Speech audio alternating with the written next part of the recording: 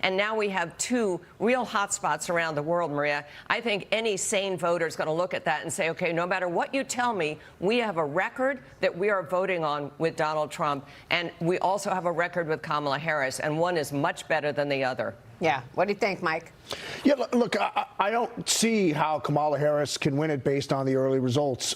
Their early vote for the Democrats is down nearly 35% from 2020, and the Republicans are down between 5 and 7%. You have to imagine there will be less turnout, less momentum for a candidate that was installed versus one that won a competitive primary process. I think Mitt Romney won independents by 5 points, but he lost on the turnout battle. I think that's where the Republicans are going to put it over the line here.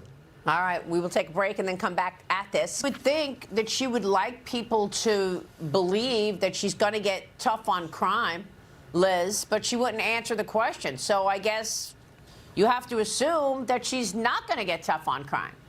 Maria, Axios has a piece out today calling her to duck the big issues. Yeah, what do you think, Michael?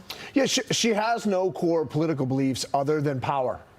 Right? It's whatever she will say and do whatever is popular in the moment to increase her personal power.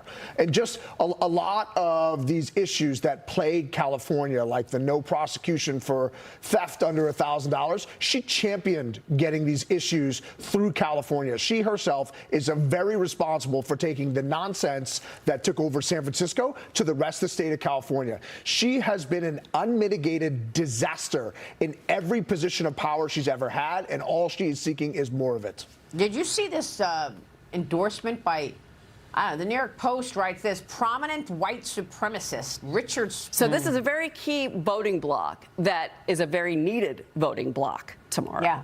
And so many of these issues go right to the economy, Michael. That's the issue. Economy and immigration. Yeah, Maria, and when you don't lump inflation in with the economy, when you look at inflation, cost of living, if you break that away from the economy and jobs, Donald Trump has a double-digit lead in the top three issues. Okay, this, I do not think this will be a particularly close election. It's how much is Donald Trump going to win the popular vote by? Yes, the betting markets are all over the place, but if you dig into the polls, almost universally what you see is Donald Trump has improved with every single demographic. Okay. So go ahead. So you think we're going to know on Tuesday night? Yeah, you know, I hope so. Okay, yeah. Because, you know, nobody wants to see people count for weeks. So, I think we should know tomorrow night, and I think that's going to depend on how Donald Trump does with Wisconsin. I think Wisconsin is what you really want to watch because Wisconsin has voted to the right of Michigan and Pennsylvania in the last, 4 or 5 elections. And so so if they call Wisconsin early and Trump carries Georgia and Arizona and Nevada, there is no path to victory for Kamala Harris. So if we see that, things don't. But then you have to imagine that the Republican has the turnout advantage because Donald Trump has all the support. He's winning vote switchers. He's winning first-time voters. The Republicans have won the registration battle over the last 4 years. And Kamala Harris was installed as a candidate. Nobody voted for her to be president in 2020 or 2024. Well, people are talking about the low propensity voter. Will that person who usually doesn't vote come out and vote Trump? That's what I think. The example of that is Nvidia replacing Intel in the Dow. Mike, okay, so the replace took place beginning Friday, reflecting the boom in AI and a shift in the semiconductor industry. Intel is out. Nvidia is in. Nvidia is up 170% year to date. Stock is up another 2% this morning. And why do stocks move when they're added to the Dow Jones Industrial Average? Because now those money managers who mimic the Dow will be forced to buy Nvidia, giving it a further boost. Mike, your reaction? Yeah, it also gives an aura of prestige to your stock to be part of the most well-known stock index in history. But look, in Nvidia, it's AI, and it's not stopping no matter who wins this election. And just to put things in perspective, if you think about all of the data that's been created since the history of time until the year 2003, we now create that much data every 2 days. And just put another way, all of the data created in the year 2002, we generate 20 times that in a single day. And to sort through this big data, to make sense of it, to collect it, you just need an awesome amount of computing power, and you can't do that without NVIDIA's GPUs. I've been pounding the table on this stock on the show for over a year. I continue to. I think it's undervalued.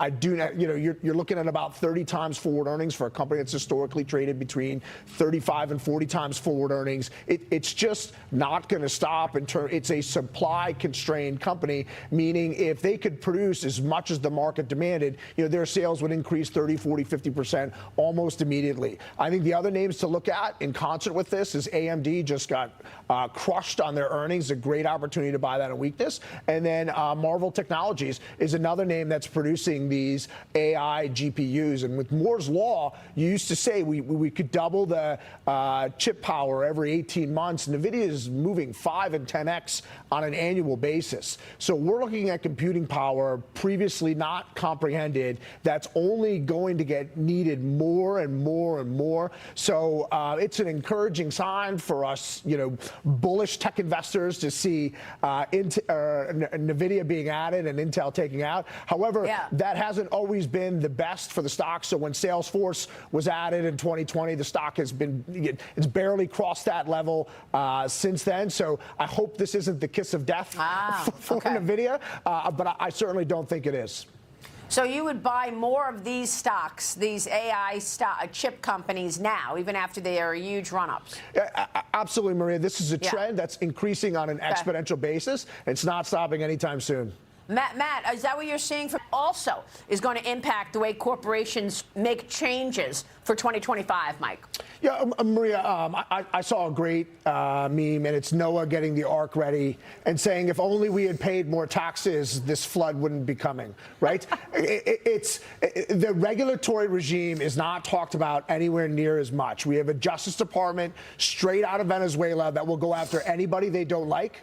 Okay, and then the FTC going after every single merger everywhere for whatever reason. But just look at Intel and Nvidia that we're talking about right now. Intel is the favorite poster child for the CHIPS Act, but they are not doing well. So the Justice Department is going after Nvidia. It is clear as day in front of you how bad this is. So let's just hope it's coming to an end. Yeah, you're right. Remember the Journal piece a couple of weeks ago? Everyone and everything is under investigation. I forget exactly the piece, but something like that. And it's true. That's another thing that we're all watching, because the litigious issue is also front and center. All right, quick, you would think. Maria, the fact that she can't just say I'm for or against this is just disqualifying, right? But it perfectly encapsulates who she is. She is a chameleon that will be on any side of any issue if she thinks it's going to help her in the moment, and she can't think on her feet and come up with creative answers, support like why she's behind a certain position. It's why she can't do live interviews. It's why everything has to be taped. It can't be more than 30 minutes. It's why she couldn't go on Joe Rogan.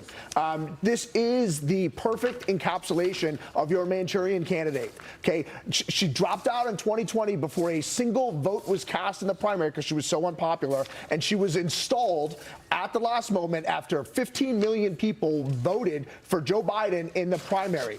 Like, the fact that we are here, well, I guess it does make sense that vote by mail and early voting for Democrats is down a third from the last election. Yeah, I mean, I think just the fact that she won't tell you how she voted on that proposition tells you how she voted. Yeah, maybe. Although she won't say how she votes or what she thinks on about 15 different issues, Maria. It's all over the place. Or so, down about 36. Let's get some final thoughts from this esteemed panel. Michael Lee. Yeah, two things. Palantir, my favorite company of all time, reports after the bell, so I'll be watching that with bated breath. And then, look, Trump can't win if you stay home. So vote, get your friends to vote. Liz Peek.